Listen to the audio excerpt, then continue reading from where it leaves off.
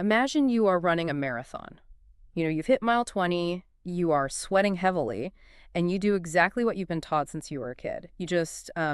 You grab a cup of plain water at every single aid station. Right, the standard advice. Yeah. Just hydrate. Exactly. But instead of feeling refreshed, something weird happens. Like you aren't cramping, but you are getting deeply confused. Your vision gets a little blurry. You miss a turn. Which is terrifying when you're in the zone. Totally. And what you don't realize in that exact moment is that the plain water you just chugged is literally crushing your brain against the inside of your skull. Yeah, I know it sounds like a horror movie, but it's a very real, Yeah. very dangerous physiological response. It's crazy. And welcome to today's deep dive, by the way. Because when we talk about hydration, we almost always focus on the muscles, right? We think about preventing cramps or, just keeping a sweat going. Right, you think about your quads, your calves. Yeah. But the most sensitive organ in your body to fluid loss isn't your muscles at all. It's your brain. And today, we are pointing the spotlight entirely inside your skull. We are pulling from some incredibly detailed research and clinical data provided by NeuralPro to just look at the biology of brain hydration and athletic performance. It's a fascinating data set. It really is. The mission for this deep dive is to uncover why the true secret to sharp focus, fast reflexes, and sustained energy isn't just about drinking a ton of water. It's about a microscopic, highly sensitive balance of sodium and potassium that powers what we're going to call your neural engine. I like that term, neural engine. Yeah. Okay, let's unpack this, because before we can understand why getting dehydrated ruins your focus at work or, your performance on a bike, we need to know what the brain is actually made of. Well, to put it bluntly, your brain is a highly specialized, electrically charged body of water. A body of water. Exactly. An average adult brain weighs between, say, 1,400 and 1,600 grams. And of that total mass, over 1,000 grams is just liquid. Yeah, you are looking at an organ that is 73 to 75% water. Which is wild. I mean, we always think of the brain as this dense, gray supercomputer, but it's essentially 3/4 liquid. It is. And that liquid isn't just, sloshing around in a void. It has very specific jobs and locations. Right. Like about 80 to 85% of that water is packed tightly inside the actual brain cells, the neurons that do the thinking, and the glial cells, which you can kind of think of as the brain's dedicated support and maintenance staff. Okay, so the cells themselves are mostly water. Right.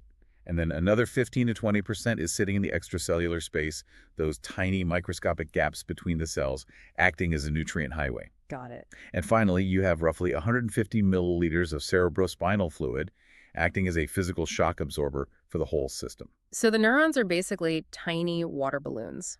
And the water inside those balloons is the environment where all the biological magic actually happens. That's a great way to picture it. But reading through the NeuralPro sources, the thing that really stood out to me is how these water balloons actually talk to each other. It's driven by a mechanism in the cell wall, right? Yes, exactly. It's called the sodium-potassium pump, or the NAK-ATPase. Okay, the NAK-ATPase. Right. If the brain is a supercomputer, this pump is the literal power supply. To grasp how it works, you have to know that every single neuron in your brain, even when you are just, staring blankly at a wall. Are you doing nothing? Doing nothing. It is holding an electrical charge. It maintains a resting electrical potential of negative 70 millivolts compared to the fluid outside the cell. Meaning it's like a tiny coiled spring just waiting to fire a signal? Exactly. But nature hates an imbalance. So to keep that spring coiled, the cell has to force an unnatural environment. How so? Well, outside the neuron, in that nutrient highway we mentioned, there's a massive concentration of sodium, about 140 millimoles per liter. But inside the neuron, there's barely any sodium at all, maybe 10 to 15 millimoles. Potassium is the exact reverse. There are huge amounts of potassium inside the cell and very little outside. So the sodium desperately wants to rush in to balance things out, and the potassium desperately wants to leak out. You've got it. The cell membrane is constantly fighting that natural urge. The sodium-potassium pump grabs 3 sodium ions from inside the cell and shoves them out. Then it grabs 2 potassium ions from the outside and pulls them in. Okay, 3 out, 2 in. Right. And it uses one molecule of ATP, which is basically the fundamental battery power of your cells, to complete this cycle. And it does this continuously against the natural flow of physics. I was trying to visualize this when I read the source material. The best way I can describe it is Like a tireless bouncer at an exclusive, overpacked nightclub. A bouncer, I like that. Yeah, like the bouncer's only job is to keep the vibe of the club, that electrical charge, absolutely perfect. So he is constantly grabbing 3 rowdy sodiums and throwing them out the front door while sneaking 2 cool potassiums in through the back alley. That is surprisingly accurate. And he has to do this millions of times a second just to keep the party balanced. It is a brutal, never-ending job.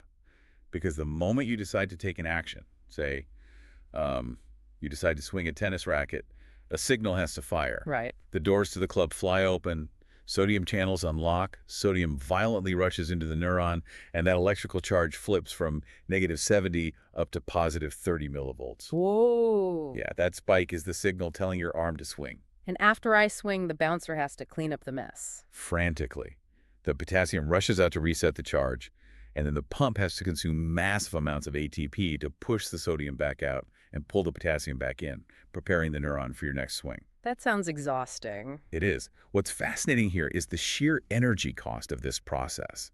That single microscopic pumping mechanism consumes a staggering 20 to 40% of the entire brain's energy budget. Wait, 40%? Almost half my daily calories go to a microscopic bouncer? Pretty much, yeah. How is that even possible when I'm running a marathon or trying to focus on a massive spreadsheet?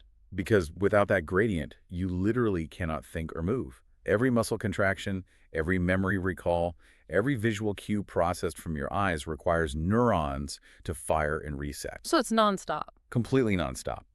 Up to 40% of the energy your brain uses every single day is devoted purely to moving sodium and potassium back and forth across a cell wall in a watery environment. Okay, that makes it incredibly clear why water and electrolytes are non-negotiable. I mean, if half the brain's energy goes to managing this aquatic pump, what happens when the water starts drying up?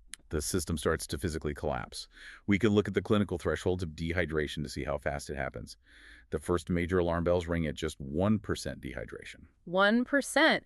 That doesn't sound like a lot. It's really not. For an average person weighing 75 kilograms, a 1% drop in hydration means losing a mere 0.7 to 0.8 kilograms of water weight. Wait, I can easily sweat out 0.8 kilos during a standard, 45-minute jog on a warm day.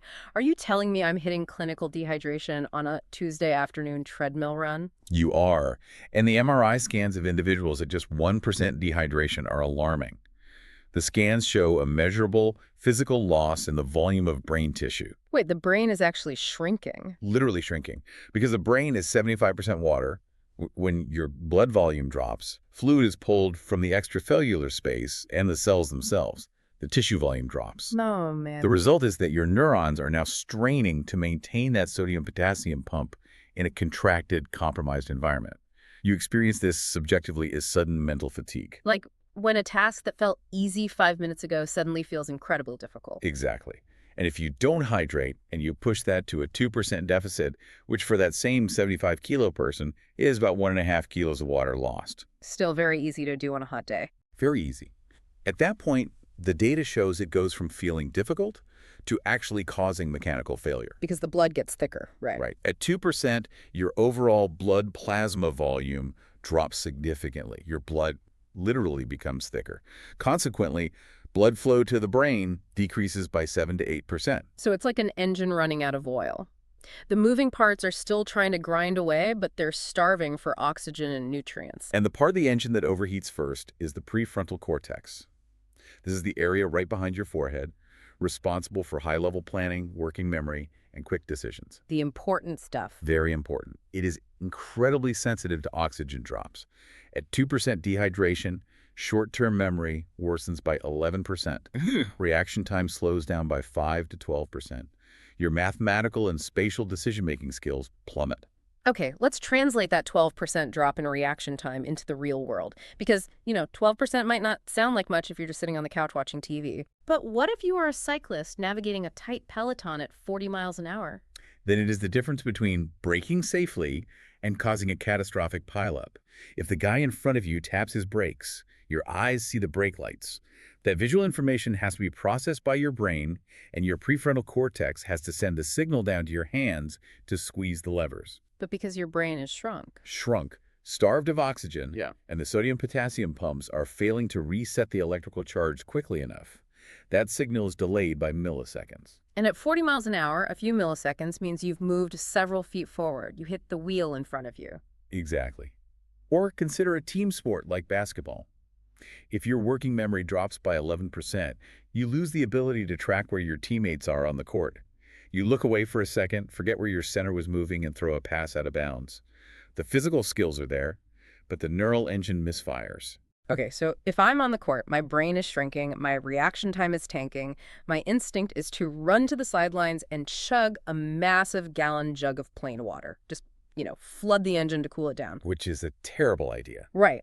According to these sources, doing that is one of the most dangerous things you can do to your body. It can literally be lethal. Look, if you are sweating heavily during an endurance event, you are losing fluid, yes, but you are also sweating out massive amounts of sodium. Right.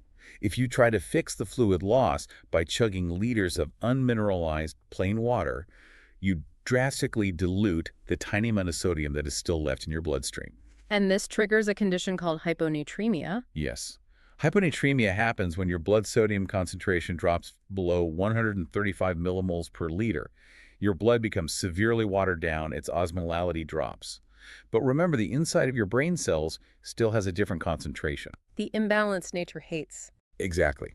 Nature tries to equalize this imbalance. Because your blood is now too watery, that plain water rapidly rushes into the brain cells to try and balance the scales. So the neurons absorb the plain water and they swell up like balloons. But wait, if my bicep swells up, it just stretches the skin. The brain doesn't have that luxury, does it? No, it definitely does not. The brain is entirely encased in a rigid, thick bone structure, the skull. There is zero extra room. Wow. When the brain cells swell, they raise the intracranial pressure. The brain physically presses against the bone. That sounds incredibly painful. It is. At first, this presents as a dull headache, nausea, and confusion, which is why our marathon runner from the beginning couldn't see straight. But if the pressure continues to rise, it cuts off brainstem functions. It escalates to seizures, coma, and even death. That is terrifying. But the opposite is also true, right? Hypernatremia. Right. Hypernatremia is when you have too much sodium in the blood, above 145 millimoles per liter. In this scenario, the super salty blood acts like a vacuum, sucking water out of the brain cells. So they shrivel up? They shrivel up.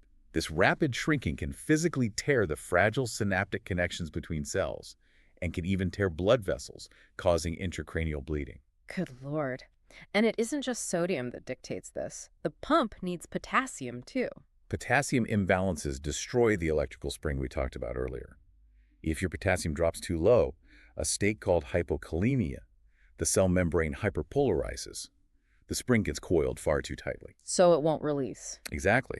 The nerves simply can't fire when they need to, which causes flaccid paralysis. Your muscles just go completely limp. On the flip side, too much potassium in the blood, hyperkalemia, causes the nerves to fire constantly and uncontrollably. Oh, man. Yeah, you get spastic paralysis and incredibly dangerous heart arrhythmias. Okay, I have to play devil's advocate here for a second. If the brain is this ridiculously sensitive to sodium and potassium, why doesn't my head explode when I eat a giant bag of salty potato chips? It's a fair question. It's because the brain does have a built-in defense system. If your blood osmolality changes slowly over a period of hours or days, the brain adapts. Oh. It can create or break down organic osmolytes, molecules like taurine or GABA, inside the cells to gently adjust the internal pressure and keep the water balanced. So it adjusts the thermostat slowly? Yes, exactly. The danger is not a gradual change from eating chips. The lethal danger is rapid shifts. When you are 2 hours into a grueling bike ride, sweating out liters of fluid, and then you rapidly dump a gallon of plain water into your stomach, those rapid osmotic changes happen in minutes. And the brain just can't keep up. Right. They completely overwhelm the brain's slow-acting defense mechanisms. Okay, so we're kind of trapped. If we don't drink, the brain shrinks, the pump starves, and we lose our reaction time. If we drink plain water, the brain swells against the skull, and we end up in the medical tent. How does the body actually want us to solve this? Like, how do we engineer the optimal hydration strategy so the neural engine stays perfectly fueled? It begins with a daily baseline, long before you even start sweating. The standard medical guideline is 35 to 40 milliliters of water per kilogram of body weight per day. Okay, so for our 75-kilo lister. That's roughly 2.6 to 3 liters every day. Just as a foundation. But again, the method matters. Sipping water regularly throughout the day allows the brain to maintain that delicate balance. Chugging massive amounts all at once forces the system to constantly course correct. Small, steady maintenance. Right. Furthermore, when you sweat, you lose significantly more sodium than potassium. A hydration formula that utilizes a 3-to-1 ratio of sodium to potassium perfectly mirrors the physiological demands of the neurons. It provides the exact raw materials the pump needs in the exact proportions required to maintain that negative 70 millivolt charge. So it's not a marketing gimmick. It's literally matching the biological math. It is cellular engineering, and the American College of Sports Medicine, the ACSM, provides hard numbers for this. For any intense activity lasting longer than 2 hours, they recommend consuming between 300 and 600 milligrams of sodium, 150 to 300 milligrams of potassium, and 50 to 100 milligrams of magnesium every single hour. That's very specific. And if you're listening to this and thinking, great, I'll just eat a handful of salt and a banana before I hit the treadmill, you are going to run into major digestion issues, and you definitely won't hit that exact required ratio. No, you won't. Which is precisely why formulas like the Neural Pro E5 Plus exist. Based on their data, a single tablet dissolved in 200 to 300 milliliters of water hits those exact ACSM guidelines. It locks right into that 3-to-1 ratio so your brain doesn't have to guess. Exactly. It's a targeted intervention for the NANK AT pace pump. But having the right fuel only matters if you consume it at the right time. Which brings up a huge blind spot for most people. We usually just wait until we feel thirsty to take a drink. And that's too late. Thirst is a lagging indicator. By the time your brain's hypothalamus generates the conscious sensation of a dry mouth or feeling thirsty, you are already 1 to 2% dehydrated. So the shrinkage has already started. That 12% drop in reaction time is already happening by the time I even reach for my bottle. Exactly. Hydration must be a proactive strategy, starting from minute 1. You have to monitor for the subtle early warning signs. If you suddenly struggle to recall a piece of information or you feel a wave of brain fog during a complex task, that is your prefrontal cortex begging for fluid. Man. The sources also mention using urine to track this. They mention aiming for a specific gravity below 1.025. But, I don't have a chemistry lab in my bathroom. What does that actually look like for me? Fair point, yeah. Visually, you are looking at the Armstrong scale. You want your urine to be a 1 to 3 on that scale. In plain terms, it should look like pale lemonade. Pale lemonade. Right. If it looks like dark apple juice, your blood plasma has already dropped and your brain is already compromised. This entire deep dive completely changes the way I view a water bottle. We've gone from thinking about hydration as a way to, cool down hot muscles to understanding that the brain is a highly tuned electrical grid. It really is. That single microscopic pump uses up to 40% of our daily energy. And if we let our fluid drop by just 1%, we are starving the engine, shrinking our brain, and destroying our athletic and mental edge. So next time you pack your gym bag, remember you are fueling an electric ocean. Actually, before we sign off, there is one more thing hidden in the NeuroPro research. And it goes way beyond your workout or your reaction time today. It's about what happens tonight when you go to sleep. Oh. What happens tonight? While we focused on electrical charges, there is another critical network in the brain called the glymphatic system. It relies heavily on specific water channels called aquaporin 4 channels located on the glial cells. What does this water network do? It is the brain's deep cleaning waste disposal system. While you sleep, the brain uses fluid to literally wash away toxic metabolic waste products that build up inside your skull during the day. Specifically, it flushes out proteins like beta-amyloid and alpha-synuclein. Wait a minute, those are the specific proteins associated with long-term neurodegenerative diseases, aren't they? Like Alzheimer's and Parkinson's? They are. The glymphatic system sweeps them away, but it absolutely requires proper hydration and a perfect osmotic balance in your cerebrospinal fluid to do its job. Which leaves us with a profound question to consider. If a simple 2% drop in hydration is enough to physically shrink your brain and ruin your reaction time on the field today, what does chronic, subtle daily dehydration do to your brain's ability to wash away the toxins linked to severe cognitive decline over a lifetime? Wow. That is a sobering thought. It really drives home that getting this right isn't just about winning a race or, having a productive afternoon at the office. It's about protecting your mind for the long haul. Keep that image of what's happening inside your skull the next time you reach for a drink. Thank you for joining us on this deep dive. Stay curious, take care of your neural engine, and most importantly, stay hydrated.